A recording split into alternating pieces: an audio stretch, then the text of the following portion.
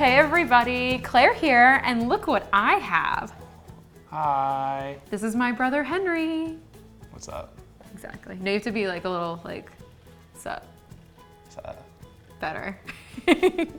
And today we are making, well, tell us, what are we making? Making chicken and waffles. And this is kind of Henry's calling card. And I'm just gonna take a moment. Who introduced you to chicken and waffles? Okay, probably you. You introduced me to most food. It's really funny. For some reason, Henry is extremely suspicious whenever I try to get him to try something. Even I'm though just like naturally suspicious. He is. He's jaundiced. Of new things. You're kind of like side-eye constant. Yeah. But you tried chicken and waffles. I think Roscoe's was the first place we went to. Yep. And you just were hooked. Just how could you not be? I mean, it's the best.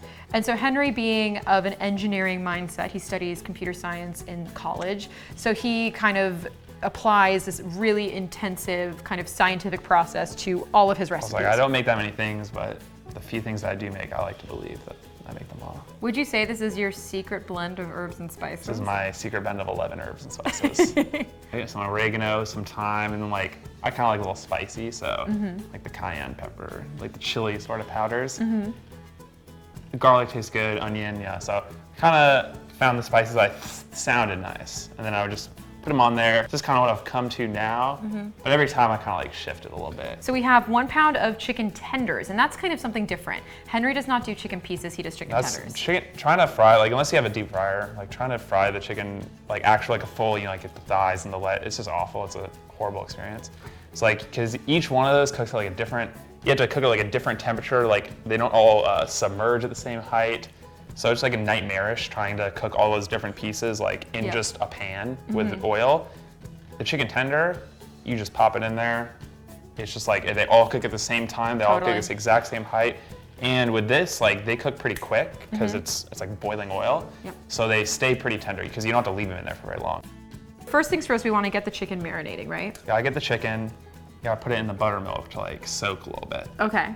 Preferably overnight, but it doesn't have to be. It can be like, an hour or so. So I like to put a little bit of spices on the chicken itself, and then I put some in the buttermilk. So I'm just gonna stir this together until it's like an even thing. Kind of pink. All right, so our chicken is rubbed, our marinade's ready to go, so now we just put them together. Exactly. I'm stirring this together, it sounds weird, but just to break up the chicken tenders to make sure every side. That's a good thing to do, that's a good instinct. Great, and so we're gonna have this sit overnight, and through the magic of television, or YouTube, I suppose, montage, we'll be back and frying up this chicken at this next cut. So we have our perfectly marinated chicken. Ooh, so beautiful. So beautiful. So we have our hot oil. Yep. And you have a fancy pants test that I was not aware of. Yes, it is complete. It works every time. It's guaranteed. You just grab a little pinch of the flour. You just, if it starts to like sizzle and bubble, you're good to go. So now we have to make the flour with which to dredge our chicken. So we have quite a bit of spices. So many. What's here? List all of them. So these are like the herbs. Okay. And these are the spices. So this is a little bit of rosemary, a bunch of oregano, that's like the main thing. Some thyme, a little pepper and salt, gotta have that. Garlic powder, onion powder, chili flakes. This is like optional, like if you don't want it to be spicy at all, then you can take them out. But I like it a little spicy. Some paprika, we got some cayenne pepper, and some like chili powder. Okay, so you just put it into the flour? You just dump it all around. You just gotta try to make a homogeneous mixture here. You know what's funny is once you mix it all in, it actually doesn't look that overwhelming. No, but it can be deceiving. I'll say this, I always like to test one. Because everyone has different preferences. You don't want it to be too intense. So all I'm gonna do, right, is just like pop it on. So you pop it in here and then you just like bury it and just kind of flip it over and then bam. And then throw it in there. I'm gonna hold my horses. Let's see if this works out. We're gonna fry this guy up. So the trick is you wanna have your oil probably around like, not quite 350, like more like 325. Yeah, that sounds good. And you wanna cook this until it's golden brown. Yep. Check to make sure the internal temperature is about 160, 165. Yep. And if it's not, you just pop it in the oven until it comes up to the right temperature. Exactly. Well, we're gonna finish frying up this chicken and then get started on the waffles. Nice. All right, so our chicken is done. Indeed.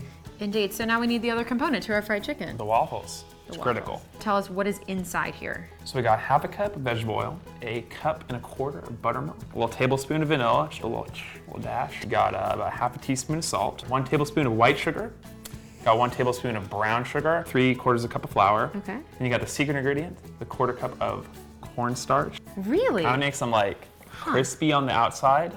Okay. And still like light in the middle. And you got half a teaspoon of baking powder and a quarter teaspoon of baking soda. Those kind of give it the rise. So this is gonna have a lot of lightness to it. Yeah, these are like kind of like airy in the middle, but on the outside they're crispy. I also think it's interesting that there's no eggs in this. Nope, you do not need eggs. All right, well this sounds amazing. So let's start mixing. Is there a special technique to how you put it all together? All I do is you want to put the dry in first. Great. And then the liquid. So here's what we do. This is like an important thing. You don't want to mix it very much.